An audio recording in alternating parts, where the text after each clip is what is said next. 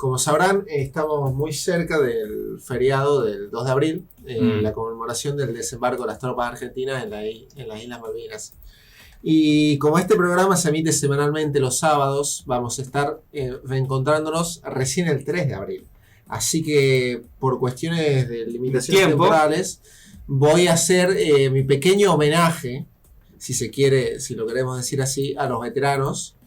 Y a la vez lo vamos a relacionar con el deporte. Y usted me preguntará, ¿y cómo relacionamos la guerra con el deporte? Así es. Bueno, lo relacionaremos con el fútbol.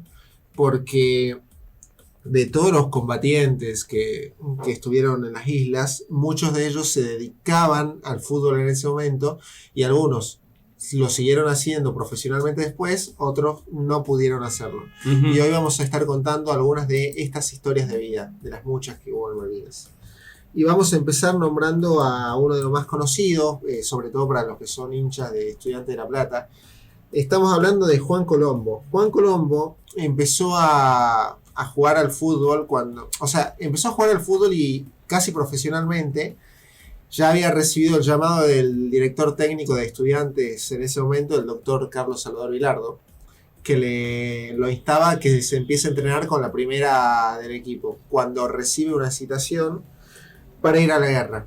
Porque, bueno, el famoso telegrama. Claro, recibe el telegrama y, bueno, se tuvo que enlistar para ir a las Islas Malvinas. Bueno, él cuenta ahí, entre las anécdotas que cuenta, dice que ellos hacían todo lo posible para pasarla bien, para que no les cueste tanto. Obviamente estamos hablando de una situación espantosa que ningún ser humano tendría que atravesar.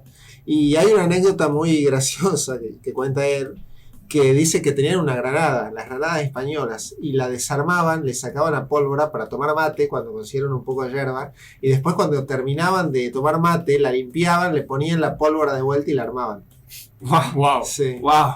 Pero bueno, Tremendo. Entre sus historias cuenta también que estaban muy débiles, estaban mal alimentados, con frío. Incluso armaron como una pelota muy precaria una vez, intentaron jugar un pequeño picadito, pero nada, ellos mismos sabían que no estaban en condiciones de hacer ese tipo de actividad física, ¿no? Bueno, finalmente Colombo volvió a la Argentina y empezó a integrar el plantel de Estudiantes de La Plata. Se consagró campeón con el equipo en el Nacional de 1983. Lamentablemente, 5 años después, a causa de una lesión, tuvo que dejar el fútbol. Y bueno, al día de hoy sigue trabajando en el deporte, pero como coordinador de las divisiones inferiores. Juan Colombo es uno de los que cuenta que tanto Vilardo como Estudiantes de La Plata y el fútbol en sí le salvaron la vida y lo ayudaron a sobrellevar el estrés postraumático de la guerra, ¿no? Bueno, ahora vamos a hablar de Luis Escobedo.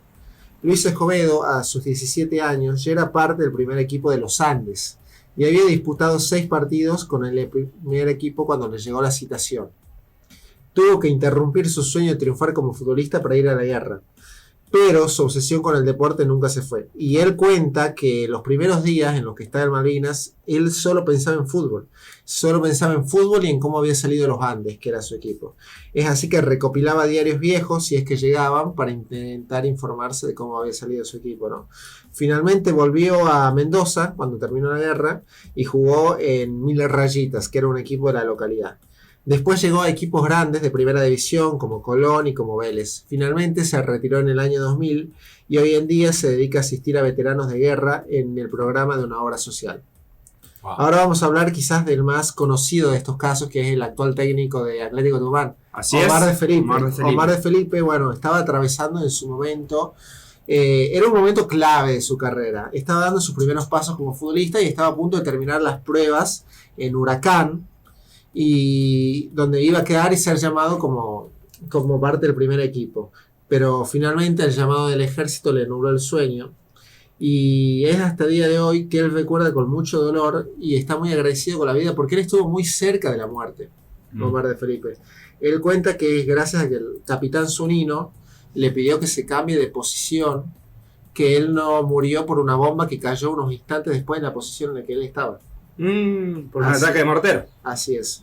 Bueno, él cuenta hasta el día de hoy que nunca vio la muerte tan cerca como en ese momento. Finalmente, bueno, él ya volvió a la Argentina, jugó en varios equipos y es hoy también un un técnico consagrado que dirigió a Vélez, dirigió Independiente, ahora está dirigiendo Atlético Tucumán. Así es, y que en la semana tuvo declaraciones porque el arbitraje no estuvo muy condescendiente con Atlético. Sí, pero bueno, esos son temas menores, creo.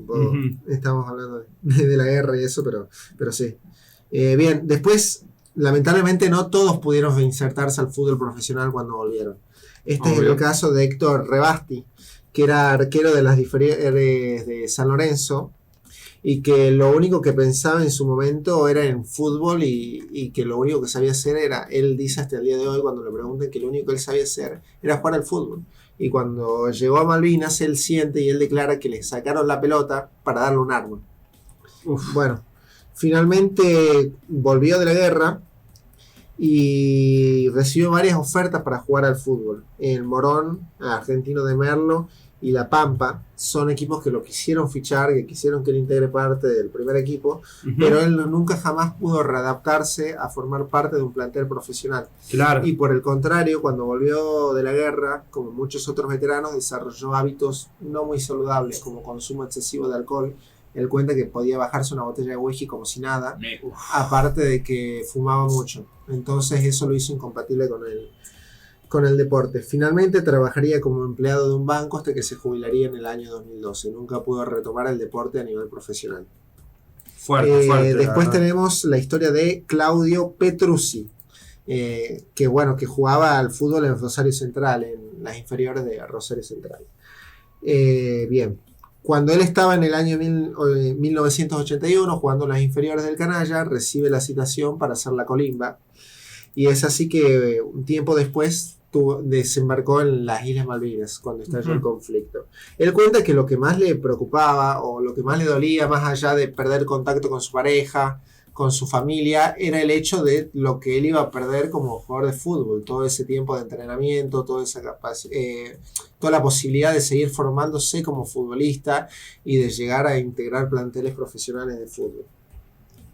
Él integró el cuerpo médico de la guerra en los 74 días que estuvo, y si bien él declara que pasó hambre, que pasó frío, es consciente de que sus compañeros que por ahí estaban en otra parte de la batalla, la pasaron mucho peor que él. Claro.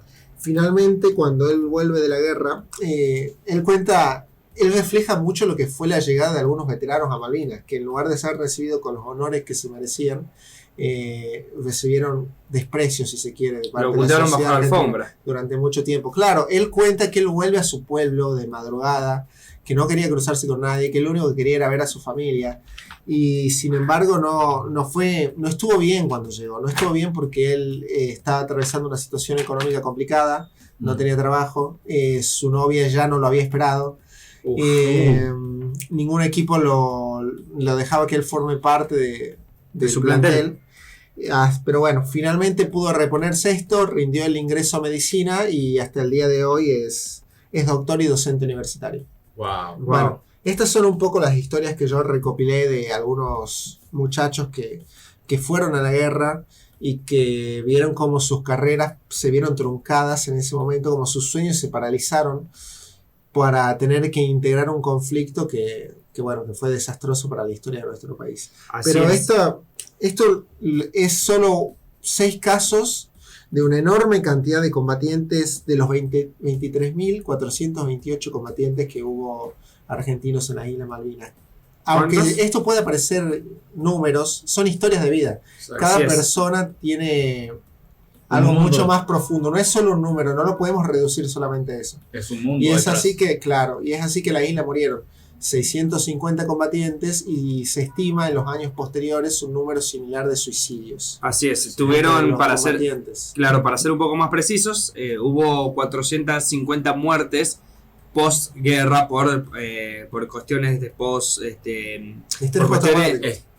cuestiones de lo que te deja la guerra y por cuestiones de que fueron ocultados bajo la alfombra, frustraciones, por ejemplo, a esta persona que no le daban lugar en ningún equipo, y así un montón de cosas que pueden pasar, pero bueno, nada, no recibieron ni de cerca la remuneración que merecían por así el trabajo se lo ocultó bajo la alfombra. Hay casos como el máximo héroe que tiene Argentina, que es Poltronieri, que tiene una historia muy fuerte y entre esas historias que no se le daba nada más que una medalla. Casi las vende en un momento, él cuenta, pero Sí. que no las vendió. Pero cuando volvieron de la guerra, la verdad es que los ocultaron bajo la alfombra, se los trató de cobarde y bueno, muchas otras cosas más que pasaron en el Bueno, medio. Hay un documental, perdón que te interrumpa, ¿no? Sí. Pero bueno, quería comentarle a la gente que si le interesa más este tema, está muy bien documentado en una edición especial, un documental que realizó Teis Sport en el año 2017, que se llama La Clase 62. Si lo buscan, van a ver estas historias y un par más de exjugadores que cuentan cómo vivieron ellos la situación de la guerra y nada, hay relatos realmente muy emocionantes que describen muy bien lo que fue para ellos todo esto, ¿no? Claro. Así que bueno, no quiero terminar sin instar a las personas que nos estén escuchando a que aprovechemos este 2 de abril que se acerca para honrar de la mejor manera que podamos a nuestros veteranos que la pasaron tan mal, que muchos no eligieron estar ahí, pero que una vez que lo hicieron defendieron nuestra bandera con todo el orgullo y la valentía que los caracteriza. Así que bueno, vamos a homenajearlos de la mejor manera que se pueda, tanto a los que están todavía con nosotros como a la memoria de aquellos que ya se fueron. Así es, exactamente. Bueno, para cerrar un poco el tema, vamos a hacer una pequeña música y ya volvemos con más Fuera de Lugar.